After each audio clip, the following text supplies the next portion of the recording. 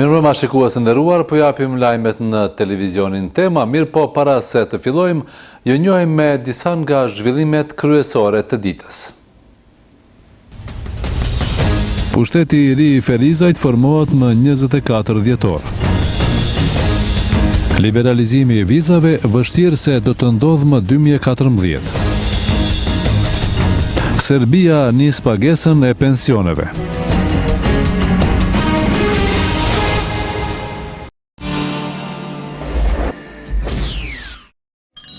Buk si në shtëpinë tuaj. Orex, kënaqësia e gatimit.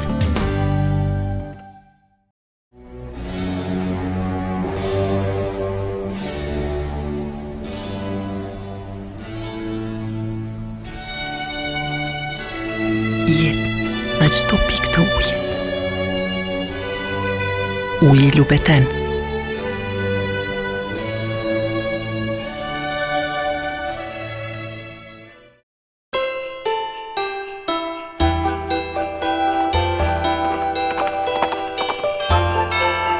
Për festat e fundvitit, një dhuratë për ju. Festome Ecofrut. Dini Company. Qendër ekskluzive dyerve dhe dritareve nga Gjermania. Produkte të kompanisë Vestag Getalit. Dizajne unikate, Cilësi dhe garanci 10 vjeçare. shitje e laminatit gjerman. Dini Company. Dini Company. Në Veternik Prishtinë dhe në Ferizaj në magjistralen për Prishtinë.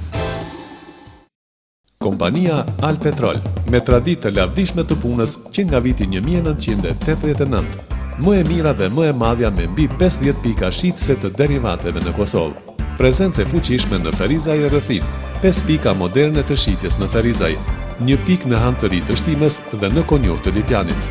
Eurodizel, benzin dhe gaz të cilësisë së lartë të furnizuar nga rafinerit më prestigjioze evropiane.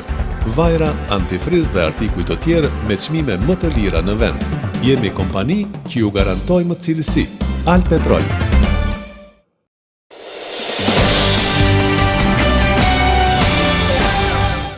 Tashmë është caktuar data e formimit të pushtetit të ri në komunën e Ferizajt. Për 24 në orën 10 është ftuar mbledhja e kuvendit të komunës, në të cilën do të bën betimin kryetari i ri Muharrem Sfarqa nga Lidhja Demokratike e Kosovës, i cili i fitoi zgjedhjet e 1 dhjetorit. Po në këtë mbledhje do të betohen edhe 41 kuvendarët e rinj të kuvendit të Ferizajt. Ndërkohë pritet të përzgjedhen edhe drejtorët që do ta përbëjnë ekzekutivin e ri Ferizajas. Me të kthyer nga Gjermania, kryetari i ri i komunës së Ferizajt Muharrem Sfarqa ka filluar përgatitjet për mbledhjen e parë të kuvendit komunal me përbërjen e re. Ai tashmë ka caktuar datën e mbledhjes inauguruese, si dhe ka filluar të shpërndajë ftesat për anëtarët e rinj të këtij kuvendi. Kryetari Sfarqa njoftoi se mbledhja do të mbahet me 24 dhjetor. Do të bëhet betimi i asamblezëve të ri, betimi i kryetarit, dhe me një fjalë kështu përshëndetse, dhe do të zgjidhet edhe kryesuesi i ri i kuvendit. A dini tashmë emrin e kryesuesit? Po, i propozuar do të jetë zoti Milazim Haliti nga Lidhja Demokratike. Është kështu një konsenzus i përbashkët i koalicionit, por shkak se parimisht ai është njeriu më i votuar në Lidhjen Demokratike. Njeri me vlerat larta morale dhe advetare, dhe mendoj që nuk ka asnjë arsye që të mos jetë në mandatin e ardhshëm kryesuesi i kuvendit. Ndryshe, kaluan 2 javë nga zgjedhjet e balotazhit dhe fitoria Muharrem Sfarqës për kryetar komune, e LDK-ja bashkë me partitë e koalicionit nuk njoftuan se kush do të jenë drejtuesit e ardhshëm të drejtorive komunale të Ferizajt. Sipas burimeve brenda LDK-s, ndarja e pushtetit nga partitë e koalicionit nuk po mund të bëhet lehtë. E kryetari Sfarqa, i cili e ka këtë përgjegjësi, thot se emrat e bashkëpunëtorëve të tij, me të cilët do ta udhëheqë komunën e Ferizajt për 4 vitet e ardhshme, do t'i tregoj para vitit të ri, por pa caktuar datë. Këto do të dihen së shpejti, nuk është ndonjë kërkesë kështu urgjente që cilën duhet me kalu me urgjencë, por në mënyrë racionale do të bisedojmë edhe për drejtorit, po edhe për emrat, dhe shpresoj që ky aktivitet do të përmbyllet para festave të vitit të ri. Burimet e LDK-s bëjnë të ditur se kryetari Sfarqa tashmë u ka bërë ftesë për të bashkëqeverisur edhe emrave të njohur të qytetit, profesionistë të fushave të ndryshme e që aktualisht janë jashtë partive politike. Kryeministri i Kosovës Hashim Thaçi ka bërë të ditur se takimi me liderët politik rreth reformës zgjedhore ishte konstruktiv dhe në frym pozitive. Pajtohemi të gjithë që Kosova të ketë një zonë zgjedhore, që të kemi 14 ditë fushat, që pragu për të hyrë në kuvend të jetë 2.5% për kandidat të pavarur, 5% për parti dhe 7.5% për koalicione parazgjedhore. Mbetet çështja e participimit të garantuar prej 30% të gjinisë femrore që kërkon edhe ndryshime kushtetuese, është shprehur Thaçi në rrjetin social Facebook.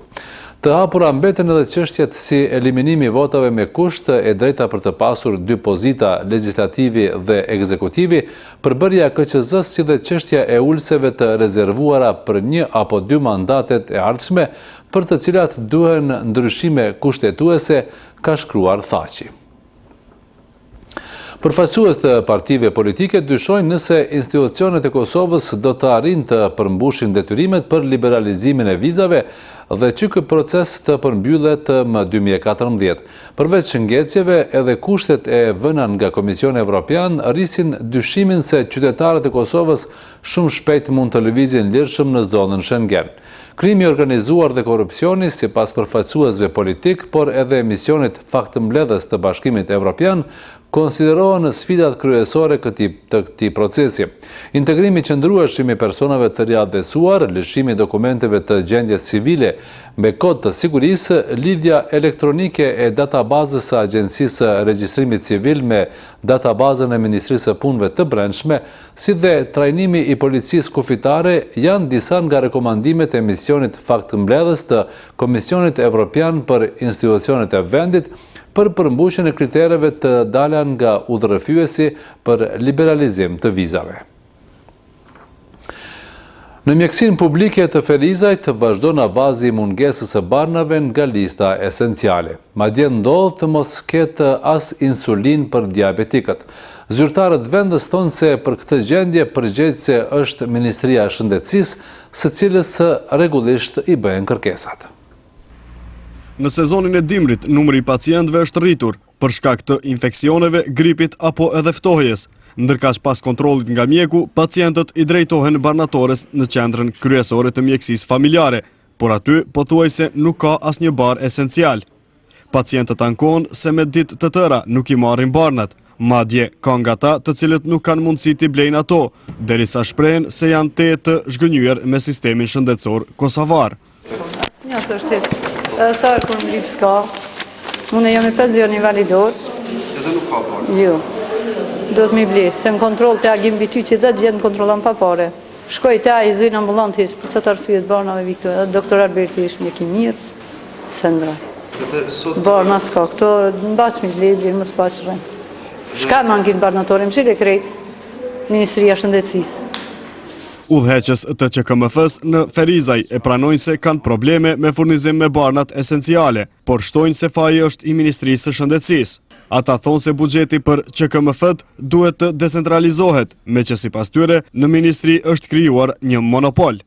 Sepse kishte me qenë puna shumë më e lehtë në këtë rast, se secili drejtor në atë buxhet me cilin disponon kishte me ulën me stafin e vet, edhe do ta planifikonte tamam si duhet për ato barnat të cilat me të vërtetë ju duhen pacientët, që mos na vinë barnat të cilat nuk i përkasin kujdesit primar. Edhe unë besoj se kishu me kaluar shumë më mirë se sa në këtë rast që jem të kaluar. Mirë pa nuk ka ndodhur, pse nuk ka ndodhur, ne më mirë e dinë ata të Ministrisë së Shëndetësisë. E kohëve të fundit, me të madhe është duke u ndjerë edhe mungesa e insulinës, ndërsa pacientët thonë se kjo është mungesë e organizimit. Tash unë për shemb si pacient me dhoni atë mendimin tem, jem shumë të ngotshëm pacientët, e sidomos në diabetikët, edhe çdo ku në gjojmë arsye. Çdo ku në gjojmë, ose atë shka është e mejta, të mejtën e gjojmë çdo ku. Po, një organizim më i mirë, zhymë për gjë tjetër. Drejtori i QKMF-s e pranoi se edhe insulina është duke munguar kohëve të fundit, por thot se nuk është faji i organizimit në institucionin që ai e udhëheq, sepse kërkesat gjithherë janë bërë me kohë. Drejtori i qendrës kryesore të mjekësisë familjare tha se garanton që në institucionin e tij nuk ka asnjë keqpërdorim të barnave e për këtë kushdo që dyshon si OJQ, qytetar apo media mund të ketë qasje në dokumentacion dhe të hulumtoj. Gjetja e mbetjeve mortore në rudnicë të Rashkës është vërtetimi dyshimeve se në atë lokacion ka vareza masive, të cilat duhet të kërkohen derisa ato të zbardhen plotësisht, vlerëson Arsim Gërgjaliu, drejtor i Departamentit të Mjekësisë Ligjore të Kosovës. Ai ka theksuar se gjetjet janë bërë vetëm në një nga 3 pikat për të cilat dyshohet se ka vareza masive. Gërgjaliu ka shpjeguar se është planifikuar një takim ku do të marrin pjesë të gjithë akterët e procesit të kërkimeve në Rashkë për të planifikuar vazhdimin e gërmimeve.